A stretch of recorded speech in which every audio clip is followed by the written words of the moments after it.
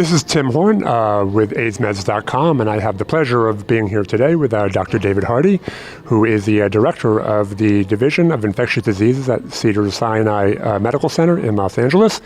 And we're going to be talking with Dr. Hardy today about some of the antiretroviral presentations that were here, notably 4 that have really made headlines and have really garnered a lot of attention. So, Dr. Hardy, thank you for joining us. Nice to have you there, Tim. All right.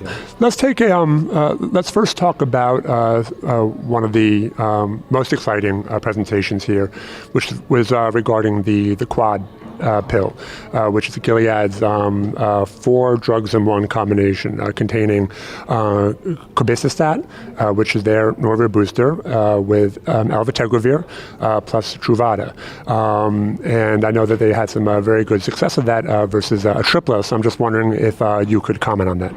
Yeah, I think that was, in terms of antiretroviral medications, that was probably one of the most interesting new bits of information that we saw.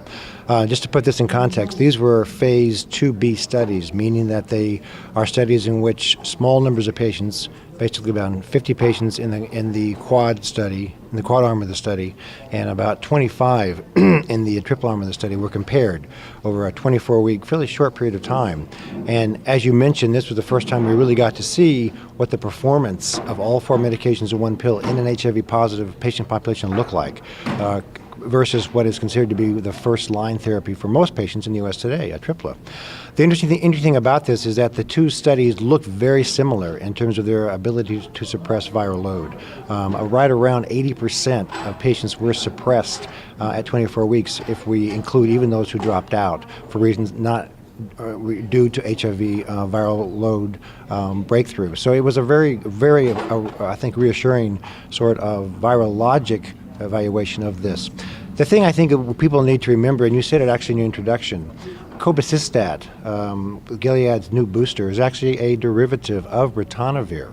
It's a ritonavir-like molecule that has been changed in a way, and very importantly changed, so that it no longer has any HIV activity.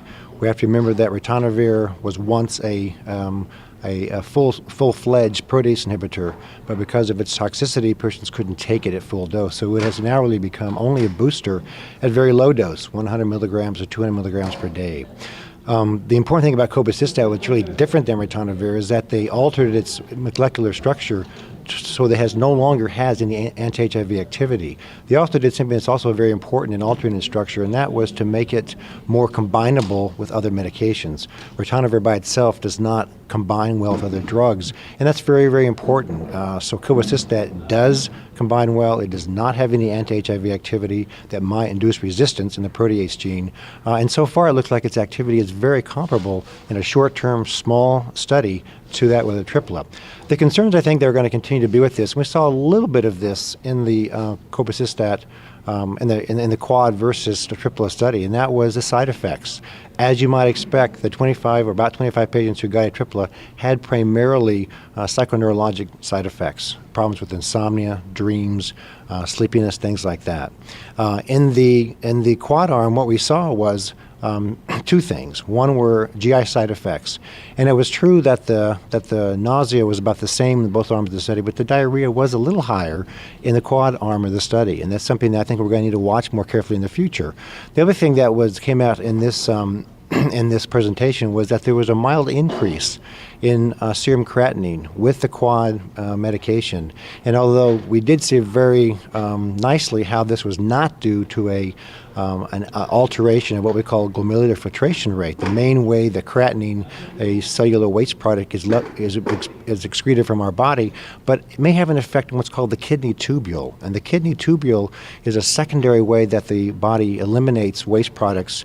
It eliminates some in that way. It actually resorbs others back into the blood that we need, like minerals.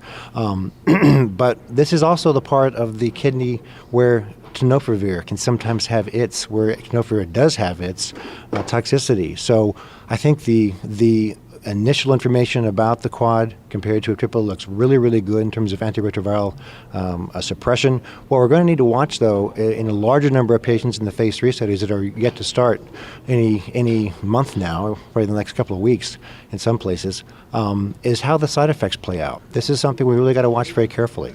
Okay, when Dr. Calvin Cohen presented his data on the quad and certainly on the cobicistat boosted elvitegravir data, he did show a smaller study involving HIV negative volunteers and suggested that the potential kidney problems that you were discussing, that there was an estimate of a problem, but there didn't seem to be an actual problem in these patients. I'm wondering if you can comment on that. Well, what they showed there was to really show that the effect that cobicistat has is not an effect on what's called the glomerulus, the main cleaning mechanism that the kidney uses to be able to allow for waste products in the blood to get into the urine. What they clearly showed was that the rising creatinine that was measured in the blood, it was not a huge rise, a small rise associated with cobicistat use, is not due to toxicity in that part of the kidney, which was very important to know, because generally when we measure creatinine in the blood, we use that to estimate what we call the glomerular filtration rate, or creatinine clearance. We have to remember that although more than 95% of the creatinine, this waste product in our blood, is cleared out of our blood by the glomerulus, a small amount is also cleared out by the tubules. And it seems to be that's where the cobicistat's having its effect, not on the major thing that we call the glomerulus. And the serum creatinine that we use to measure this, we talk all the time about creatinine clearance, we really estimate it from this number of creatinine clearance, is something that cobiциstat's not having a direct effect on, is what they showed here at the conference in this secondary study. But again, the kidney tubule is also an important part of the kidney mechanism, and that's something that, again, we're going to have to watch as a greater number of patients get the medication.